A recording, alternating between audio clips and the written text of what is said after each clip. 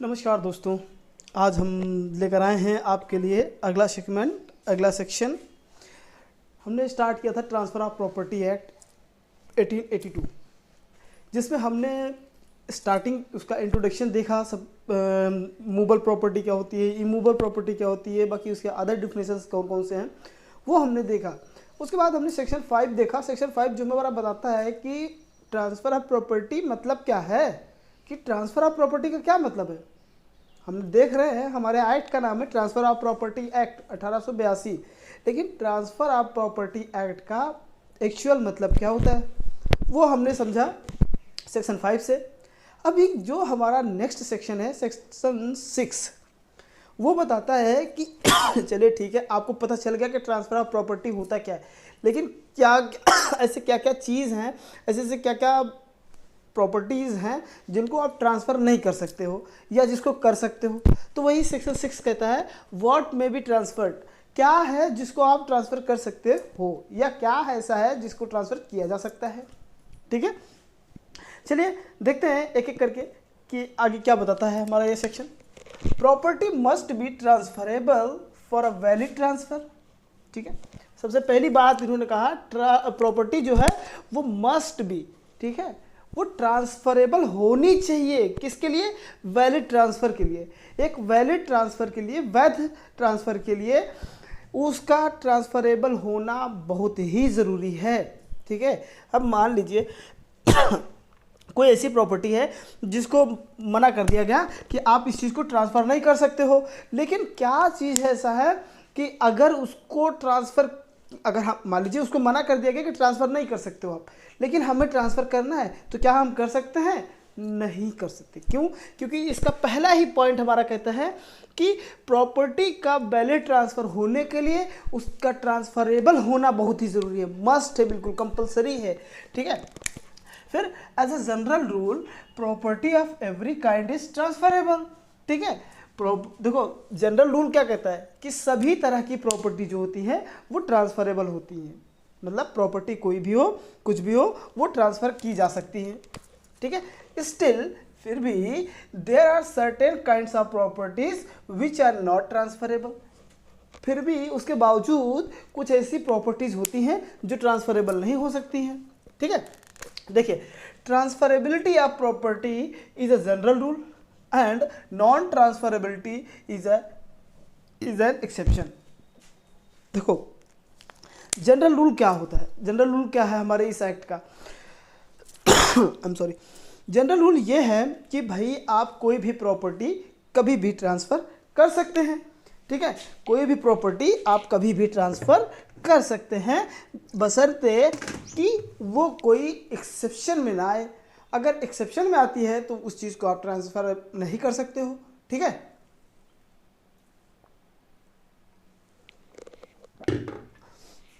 देखिए अब आपको ये चीज़ पता चल गई कि जनरल रूल क्या है। जनरल रूल है कि हाँ सभी प्रॉपर्टी ट्रांसफ़र हो सकती हैं। इसका एक्सेप्शन क्या है? एक्सेप्शन ये है कि आप कुछ चीज़ें ऐसी हैं जिनको ट्रांसफ़र आप नहीं कर सकते हो।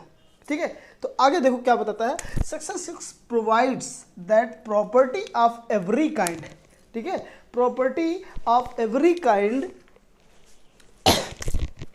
में be transferred except as otherwise provided. ठीक है, देखो कह रहा है कि जो सेक्शन 6 हमारा ये है, ये कहता है कि सभी तरह की प्रॉपर्टी ट्रांसफ़र की जा सकती हैं सिवाय कुछ के जिनको बताया गया है। कैसे? बाय दिस एक्ट, इस एक्ट में बताया गया है, या by any other law for the time being in force. ठीक है, या फिर देखो या तो उनको इस एक्ट में बता दिया गया है या फिर किसी और लॉ में बता दिया गया है कि आप इनको ट्रांसफ़र नहीं कर सकते हैं। ठीक है, तो अब पहली चीज़ क्या है आपको समझना है कि इस एक्ट में क्या चीज़ बताई गई है और दूसरे लॉज में जो दूसरे लॉ बने हैं और उनमें बता दिया गया कि आप इन चीज़ों को ट्रांसफ़र नहीं कर सकते हो, तो उसके लिए क्या चीज़ देखनी है आपको।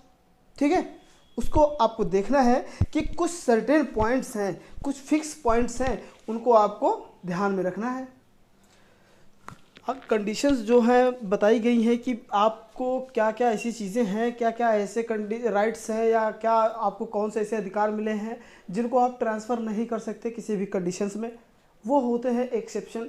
क्योंकि हमारा सेक्शन 6 का ये प्रॉपर्टीज एक्ट का जो जनरल रूल क्या है कि आप कोई भी प्रॉपर्टी ट्रांसफ़र कर सकते हो, लेकिन उसका एक्सेप्शन है कि आप कुछ चीज़ें हैं जिनको ट्रांसफ़र नहीं कर सकते। जैसे कि देखिए section 6 lays down certain kinds of properties which can not be transferred. कुछ ऐसी प्रॉपर्टीज़ बताता है, सर्टेन टाइप की कुछ प्रॉपर्टीज़ हैं जिनको आप ट्रांसफ़र नहीं कर सकते, जैसे कि स्पेक सक्सेशंस। अब इसमें क्या है, जैसे मान लीजिए कोई भी उत्तराधिकारी बन रहा है, ठीक है, मैं हूँ, मेरे ग्रैंडफादर थे, ठीक है, मेरे ग्रैंडफादर हैं मान लीजिए, या मेरे फादर हैं, ठीक है, ये प्रॉपर्टी है, ठीक है, इस प्रॉपर्टी की वैल्यू जो है करंट टाइम में वो है 1 करोड़, ठीक है, 1 करोड़ इस प्रॉपर्टी की वैल्यू करंट टाइम में है। अब मैंने क्या किया, मैंने लोगों से जा कर के पैसे उधार लेना शुरू कर दिया कि भाई देखो, क्योंकि मेरे पापा से मुझे पैसे मिल नहीं रहे, और मेरे पापा के बाद ये प्रॉपर्टी किसको ट्रांसफ़र हो जाएगी, मुझे ट्रांसफ़र हो जाएगी। तो अब क्या है, मैं जा कर के लोगों से ये कह रहा हूँ कि आप मुझे पैसे दो, क्योंकि कल को ये प्रॉपर्टी जो है, ठीक है, मेरे ही नाम आएगी, मैं इसको आपको अभी ही ट्रांसफ़र कर दे रहा हूँ, ठीक है। तो ये आप नहीं कर सकते, ठीक है। चांस ऑफ एन एयर अपॉरेंट, आप एयर अपॉरेंट बनने वाले हैं लेकिन अभी बने नहीं हैं, तो आप अपना अधिकार किसी को ट्रांसफ़र नहीं कर सकते। The chance of obtaining legacy on the death of Kingsman, अब वही बात है कि कोई भी व्यक्ति है उसके डेथ के बाद आपको मिलने वाली है कोई उसकी प्रॉपर्टी, ठीक है, या उसकी जो भी सल्तनत है वो आपको मिलने वाली है, तो आप उसको किसी को ट्रांसफ़र नहीं कर सकते जब तक आपको वो मिल न जाए, ठीक है। आप एजम्पशन बेस पे आप नहीं कर सकते हो, ठीक है। और any other mayor possibility of like nature, मान लीजिए मेरे यहाँ, ठीक है, मेरे यहाँ एक नौकर है, ठीक है, मैंने उस नौकर से कहा कि देखो तुम बहुत अच्छा काम कर रहे हो, मैं ये प्रॉपर्टी तुम्हारे नाम ही करूँगा, क्योंकि मेरे जो बच्चे हैं वो नालायक हैं, ठीक है, मेरे बच्चे जो हैं वो नालायक हैं, तो ये प्रॉपर्टी मैं तुमको दे दूँगा। अब वो नौकर बड़ा खुश हुआ, अगले ही दिन जा करके वो क्या कर दिया, उस मकान का, उस प्रॉपर्टी का जा करके डीलिंग कर दिया किसी दूसरे के साथ कि भाई देखो हमारे मालिक की मरने के बाद ये प्रॉपर्टी हमको ही मिलने वाली है, आप अभी से इसका मोल भाव कर लो, दाम लगा दो और हमको पैसे कुछ दे दो, ठीक है। तो वो नहीं किया जा सकता है, ठीक है। फिर अगला है राइट ऑफ री एंट्री, ठीक है। री एंट्री क्या होता है कि जैसे कि देखिए मान लीजिए कि कोई कॉन्ट्रैक्ट हुआ है, ठीक है, और कॉन्ट्रैक्ट में एक पार्टी ने ब्रीच कर दिया है, ठीक है, तो वो उस कॉन्ट्रैक्ट को रिपीट नहीं कर सकता, दोबारा से उस कॉन्ट्रैक्ट में एंट्री नहीं कर सकता, जबकि जो ओनर है जिसको लॉस हुआ है वो ना चाहे, ठीक है। और कोई ईजमेंट है, ठीक है, ईजमेंट है, ईजमेंट का मतलब होता है कि मान लीजिए ये प्रॉपर्टी है, ठीक है, ये मकान है, ठीक है, और ये इतनी जगह छोड़ करके यहाँ पे फिर एक और मकान है, ठीक है। मैंने कहा ये जो रास्ता है, ये ज़मीन जो है ये बिलोंग करती है इसकी, मतलब ये एक्स की है, ये वाई की है, ये बिलोंग करती है एक्स की, ठीक है। तो अब जो है इन्होंने कहा कि जो ईजमेंट वाला पोर्शन है, ठीक है, इसमें कहा कि जो डोमिनेंट हेरिटेज है, ठीक है, जो डोमिनेंट हेरिटेज किसका है, इसी का है, एक्स का है, तो इसको ट्रांसफ़र नहीं कर सकता है किसी और को। मान लीजिए ये देखिए ये ईजमेंट है, ये रास्ता दे दिया गया है जाने का, ठीक है, तो इस रास्ते को ये बेच नहीं सकता है, इसको ट्रांसफ़र नहीं कर सकता है, ठीक है। चीज़ें समझ आ रही हैं आपको। और ज़्यादा बेहतरी समझने के लिए आपको अपना bare act, transfer of property act का बेयर एक्ट लेकर के बैठे तो आपको चीज़ें और आसानी से क्लियर होंगी, ठीक है। बेयर एक्ट में देखते चलेंगे तो पॉइंट टू पॉइंट आप देख पाएंगे कि इसमें क्या क्या चीज़ें हैं। राइट टू फ्यूचर मेंटेनेंस, अब मान लीजिए जैसे ये मदर इंडिया वाला सीन ले लीजिए, ठीक है। मदर इंडिया वाले सीन में क्या है, जो माँ हैं, ठीक है, मदर हैं, उन्होंने क्या किया, लोन ले रखा है किससे, महाजन से, ठीक है, इस महाजन साहूकार से ले रखा है लोन, बहुत सारा कर्जा ले रखा है, ठीक है। अब अचानक से ये देखिए कि जो इनका बेटा है, ठीक है, फ्यूचर मेंटेनेंस तो बेटे से ही नहीं, मतलब हस्बैंड से ही होता है, तो इसे भी कोई दिक्कत नहीं, कहीं से भी अगर उसको मेंटेनेंस मिलने के चांसेस हैं, तो ये नहीं कह सकती कि देखो आप ना हमको आप और कर्जा दे दो, हमको 1 लाख का और कर्जा दे दो, और मेरा जो मेंटेनेंस मिलना है हर महीने का वो राइट में आपको ट्रांसफ़र कर दे रही हूँ ताकि वो आपको मिल जाए, तो ऐसा नहीं कर सकती हैं, ठीक है। फिर देखिए राइट टू शू, अब मान लीजिए 2 परिवार हैं या 2 दोस्त हैं, ठीक है, ये 2 दोस्त हैं, एक्स हैं और ये मिस्टर वाई हैं, ठीक है, ये मिस्टर वाई है, ये दोनों दोस्त हैं, ठीक है। इनका झगड़ा हो गया मिस्टर जेड से, ठीक है, जेड से। तो एक्स का झगड़ा हुआ जेड से, तो एक्स अपना अधिकार वाई को नहीं दे सकता है कि जाओ तुम अपना पुराने ज़माने का कभी का बदला हो उसको जाकर लेने के लिए मेरे बिहाफ पे तुम जाकर के केस कर सकते हो और तुम खुद ही केस लड़ लो, ठीक है। तो ऐसा नहीं कर सकता, राइट टू सू जिसका अधिकार वही कर सकता है, वो किसी और पे ट्रांसफ़र नहीं कर सकता है, ठीक है। चलिए ठीक है, अगला देखते हैं। पब्लिक ऑफिस है कोई, ठीक है, कोई पब्लिक ऑफिस है, वो अपनी कुर्सी किसी और को ट्रांसफ़र नहीं कर सकता। जैसे मान लीजिए एक व्यक्ति है, वो यूपीएससी क्लियर किया, ठीक है, यूपीएससी क्लियर किया, प्री किया, मेंस किया और इंटरव्यू फेस करने के बाद बन गया एक आईएएस, ठीक है। आईएएस बनने के बाद उसको जो सीट है वो मिलती है डीएम की, यानी कि डिस्ट्रिक्ट मजिस्ट्रेट, ठीक है। अब वो डिस्ट्रिक्ट मजिस्ट्रेट बन गया, मजिस्ट्रेट में आ करके मतलब जा करके वहाँ मजिस्ट्रेट में बैठ रहा है, ठीक है। मजिस्ट्रेट है वो जा करके कोर्ट में बैठ रहा है। अब वहाँ पे जो उस मजिस्ट्रेट वाली कुर्सी है वो क्या वो अपने किसी रिलेटिव को ट्रांसफ़र कर सकता है कि देखो मेरा मन नहीं है, मैंने क्वालिफाई कर दिया है, अब मुझे ये जॉब मिल गई है, मैं मजिस्ट्रेट बन गया हूँ इस डिस्ट्रिक्ट का, ज़िले का, आप आकर के मेरी चेयर पे बैठो, आप काम देखो, तो वो ऐसा नहीं ट्रांसफ़र नहीं कर सकता है, ठीक है। और साथ ही साथ अगर कोई सैलरी है जो पेएबल होनी है, जो भी मिली नहीं है, मिलने वाली है, वो किसी और को ट्रांसफ़र नहीं कर सकता। हाँ, मिलने के बाद वो जिसको चाहे उसको दे दे, ठीक है, मिलने के बाद वो उसका जो चाहे वो करे, ठीक है, लेकिन जब तक मिली नहीं है वो राइट किसी और को ट्रांसफ़र नहीं कर सकता।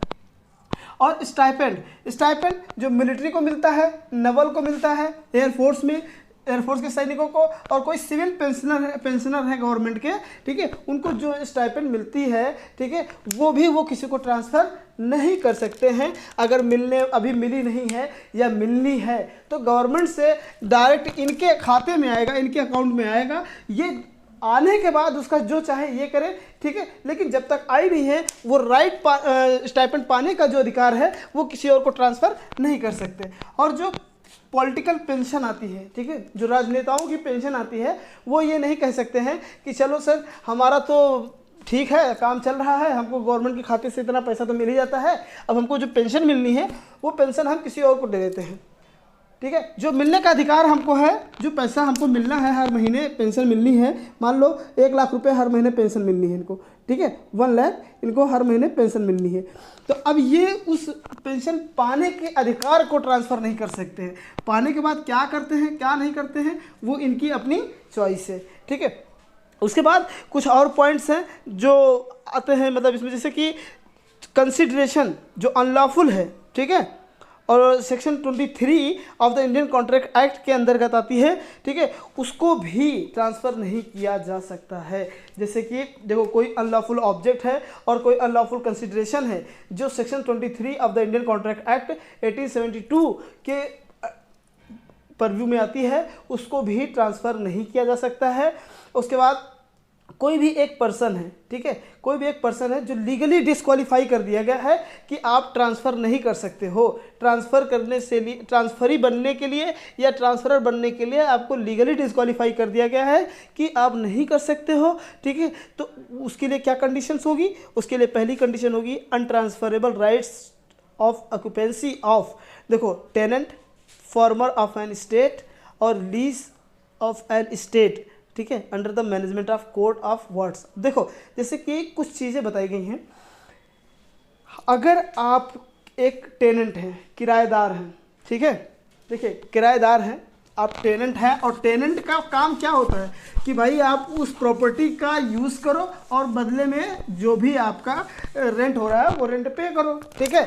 ये मिस्टर एक्स हैं, ठीक है, मिस्टर एक्स हैं, इन्होंने क्या किया, ये मिस्टर वाई के यहाँ क्या किया, एक रूम ले लिया, ठीक है, एक घर ले लिया किराए पे, ठीक है, एक हाउस रेंट पर ले लिया। अब क्या है, ठीक है, ये कहते हैं कि भाई हम ओनर हैं, ये टेनेंट है और ये ओनर है, ठीक है। इनका काम क्या है कि इस घर को यूज़ करो, ठीक है, इन्होंने घर दे दिया इनको यूज़ करने के लिए। अब इनका काम क्या है, इस घर के यूज़ के बदले इनको क्या देना है, रेंट देना है, ठीक है। अब ये रेंट नहीं दे रहे हैं बल्कि इस घर को ही बेचना चाह रहे हैं, तो क्या ऐसा कर सकते हैं? नहीं कर सकते हैं, क्योंकि इनको ये अधिकार ही नहीं है। और दूसरा कहा गया है कि कोई फार्मर ऑफ एन स्टेट है, ठीक है, फार्मर है, ठीक है, कोई स्टेट का किसान है, ठीक है, किसी स्टेट का, किसी बहुत बड़ी फील्ड का, कोई बहुत बड़े बागान का या बाग का मालिक नहीं है, लेकिन वो किसान है, फार्मर है, तो वो भी उसको ट्रांसफ़र नहीं कर सकता है। और अगर कोई स्टेट, मान लीजिए ये खेत है, ठीक है, ये एक फील्ड है, एक फील्ड है। अब इसको क्या है कि दे दिया है हमने लीज पर, ठीक है, लीज पर दे दिया है। लीज मतलब होता है पट्टा, जो गवर्नमेंट इशू करती है, चाहे वो माइंस हो, कोल माइंस हो, गोल्ड माइंस हो, कोई भी माइंस हो, वो लीज पर दे देती है। और मतलब लीज होता है वही 99 ईयर्स का, ठीक है, 10 ईयर्स का, 30 ईयर्स का, 50 ईयर्स का, जो भी टाइम पीरियड फिक्स करे गवर्नमेंट, वो होता है उस लीज का टाइम पीरियड। तो उस टाइम के लिए आपको यूज़ करने के लिए दिया है, राइट टू यूज़ दिया है। ये प्लॉट है, ये एक फील्ड है, इस फील्ड को, ये माइन है मान लीजिए, ठीक है, ये माइन है, कोल माइन है, इसमें से कोयला निकालने का, इसको यूज़ करने का अधिकार है, ठीक है, राइट टू यूज़ है आपको, ठीक है। जब तक आपको लीज पर दिया गया है तब तक राइट टू यूज़ है, आपको यूज़ करने का अधिकार है, सेल करने का अधिकार नहीं है, ठीक है। You can not sell this plot, this field, ठीक है, आप इसको बेच नहीं सकते हो, ठीक है। तो आपको ये चीज़ें समझ में आ गई होंगी कि सेक्शन 6 जो है वो हमारा क्या बताता है। कि भाई देखो, सबसे पहली चीज़ कि जो चीज़ें आपको एज अ राइट मिली है, ठीक है, आप अपना राइट ट्रांसफ़र नहीं कर सकते हो, ठीक है। आप बनने वाले हो, ठीक है, कोई किसी के उत्तराधिकारी बनने वाले हो, लेकिन अभी बने नहीं हो। जब कोई प्रॉपर्टी आपके पोजीशन में, आपके कब्जे में फ्री आ जाए, ठीक है, और आप उसके ओनर बन जाएं, ठीक है, आप उसका एंजॉय करने के लायक हो जाएं, ठीक है, तो आप उसको यूज़ कर सकते हैं, उसको ट्रांसफ़र कर सकते हैं, जो चाहे वो कर सकते हैं। लेकिन अभी जब वो चीज़ आपको मिली नहीं, एज अ अजम्पशन बेस पे आप उसको ट्रांसफ़र नहीं कर सकते। ओके, चलिए, थैंक यू, आज के लिए इतना ही, धन्यवाद।